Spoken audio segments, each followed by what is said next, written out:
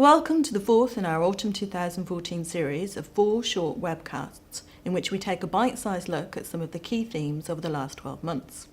In today's webcast, Alan Ward, an associate in our regulatory litigation group, will be reviewing the key recent developments in financial services regulation and enforcement. Since the global financial crisis, financial services regulation in the UK has been overhauled. However, few of the reforms that have emerged since 2008 will have as much impact as the proposed new regulatory regime for individuals. In this webinar, I consider the implications and effects of this most recent reform, including the senior managers regime, the certification regime, and the new conduct rules, which will apply to nearly all employees of relevant financial institutions. Even before entering into force from next year, the proposed reforms will have a significant compliance cost for affected financial institutions, principally banks.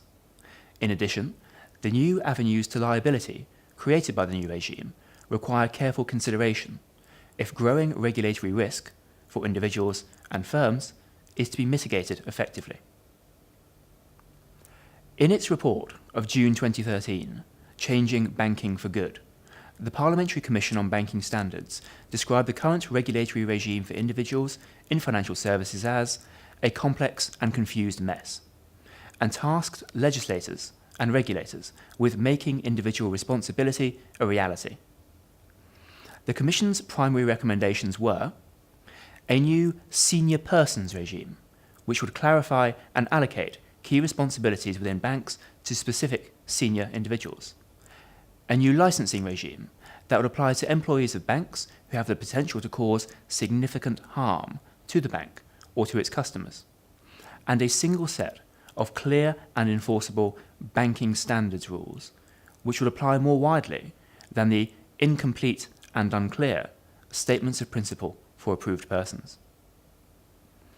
On the 30th of July 2014, the PRA and FCA released a joint consultation paper, Strengthening Individual Accountability in Banking, a New Regulatory Framework for Individuals, setting out how the regulators propose to give effect to the Commission's recommendations.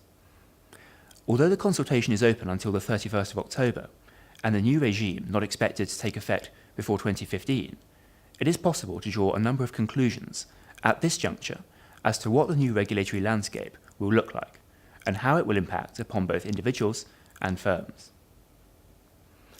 The new regulatory regime will at first apply only to employees of so-called relevant firms, which are UK banks, building societies, credit unions, and PRA-designated investment firms. Despite this apparently narrow scope, as we will see, the regime has the potential to affect a very large number of individuals. The Parliamentary Commission on Banking Standards noted that over 450,000 people are employed by the 19 largest banking groups in the UK. Furthermore, extension of the new regulatory regime appears very likely. The Chancellor of the Exchequer, George Osborne, has indicated that the new framework will be applied to all banks operating in the UK, including branches of foreign banks. A further consultation is expected later in the year. Although insurers are currently expressly excluded from the new framework, the Governor of the Bank of England, Mark Carney, indicated in May that regulators are considering a similar regime for senior persons in the insurance sector. Finally, the Parliamentary Commission on Banking Standards appeared to favour an extension of the new regime across financial services, stating in their final report there may be a strong case for applying some of these reforms to other areas of financial services. The consultation paper proposed the introduction of a new senior managers regime, giving effect to the Parliamentary Commission's recommendation for a new senior persons regime. The new senior managers regime will replace the significant influence functions for banks and will apply to a relatively small number of individuals at the very top of the organisation. The consultation says that this means the board plus the executive committee, i.e. the top 2 layers of governance. Also included will be the heads of key business areas and those responsible for important control functions, such as money laundering reporting and compliance oversight. The intention of the Parliamentary Commission on Banking Standards was for the new senior managers regime to apply to a narrower range of individuals than those currently in the significant influence functions, and this appears the likely effect of the proposals in the consultation paper. In practical terms, whereas at present there are around 1,200 individuals in banking approved to undertake significant influence functions, a smaller number of senior managers will require approval under the new regime. As a further practical consideration, any current approved person whose role corresponds directly with the new senior management function will be grandfathered into the new regime. So, for instance, chief executives will not need to be reauthorised as such. One of the main drivers behind the new regime is a desire to make individual responsibility a reality.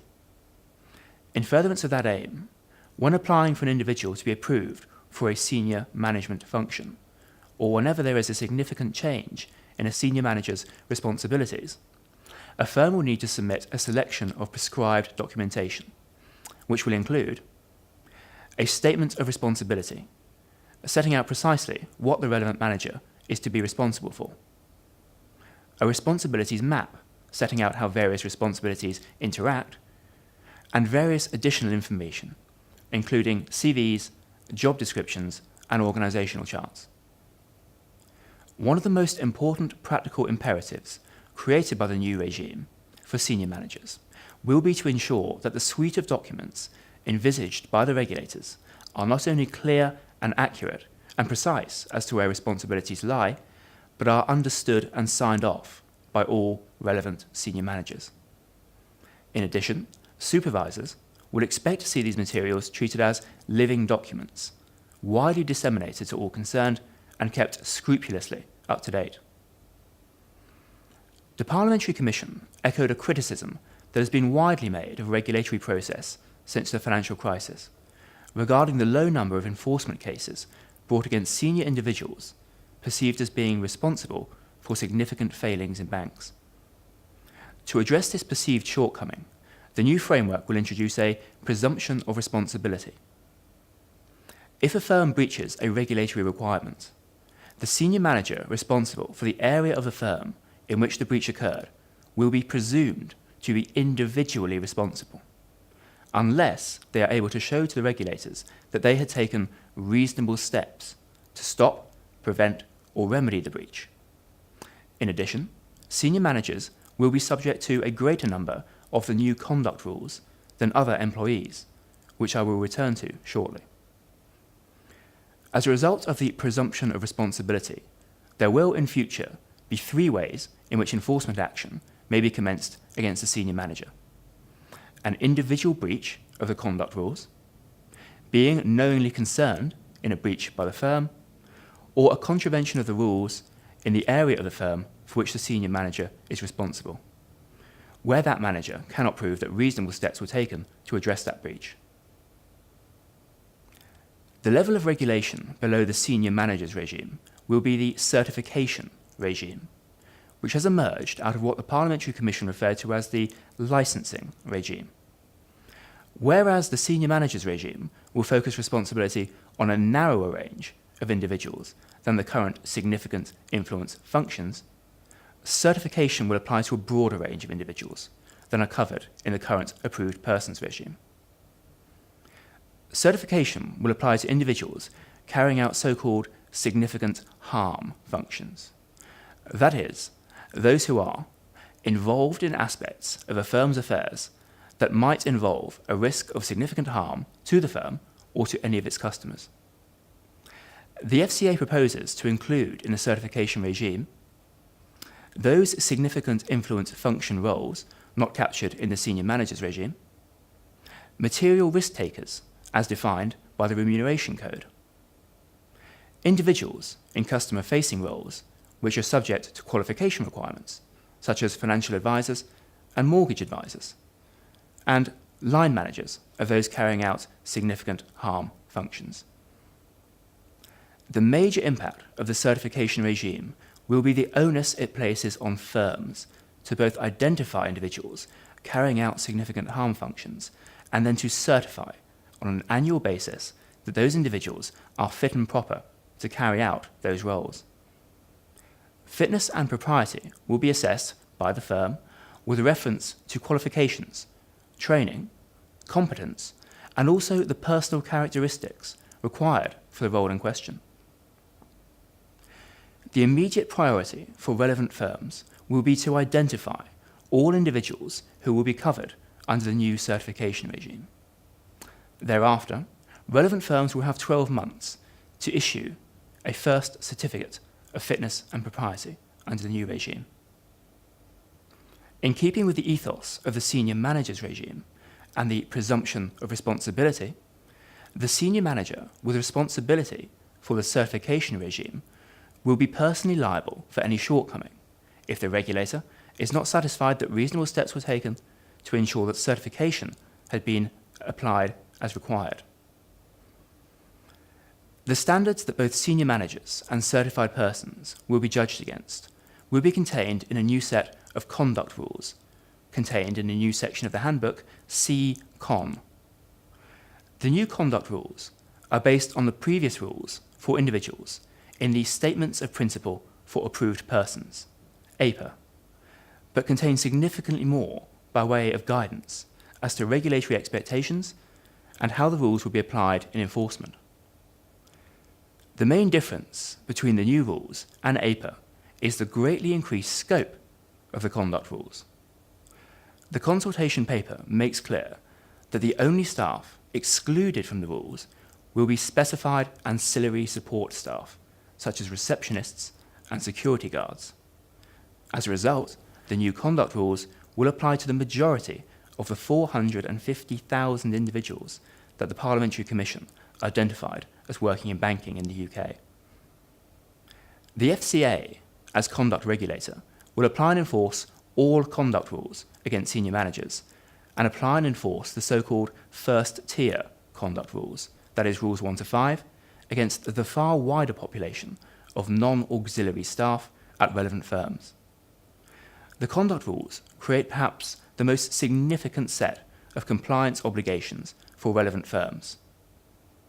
Firms will be required to ensure relevant individuals are aware that they are subject to the conduct rules, provide suitable role-specific training to ensure understanding and compliance with the rules, and notify the regulators when they suspect that a person has breached the rules and where formal disciplinary action has been taken. To what extent the regulators utilise the capacity that the new rules create to bring more enforcement action remains to be seen. However, it does seem clear that the obligations placed on firms to certify fitness and propriety and notify any breach of the rules will necessitate review of the ways in which conduct is monitored and in which standards are enforced internally. The new regulatory regime for individuals represents perhaps the most significant reform that has emerged from the 2008 financial crisis.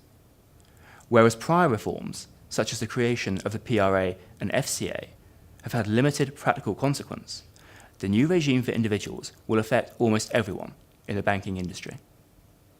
The hallmark of the new regime is the obligation and onus placed on firms. Certification and the rollout of training to the large population of staff that will be covered by the conduct rules will represent a significant undertaking for affected financial institutions. Although precise details remain to be set out in technical papers expected at the end of 2014, the message to affected firms is simple. It is never too early to begin disseminating understanding of the implications of the new regime and preparing for its entry into force.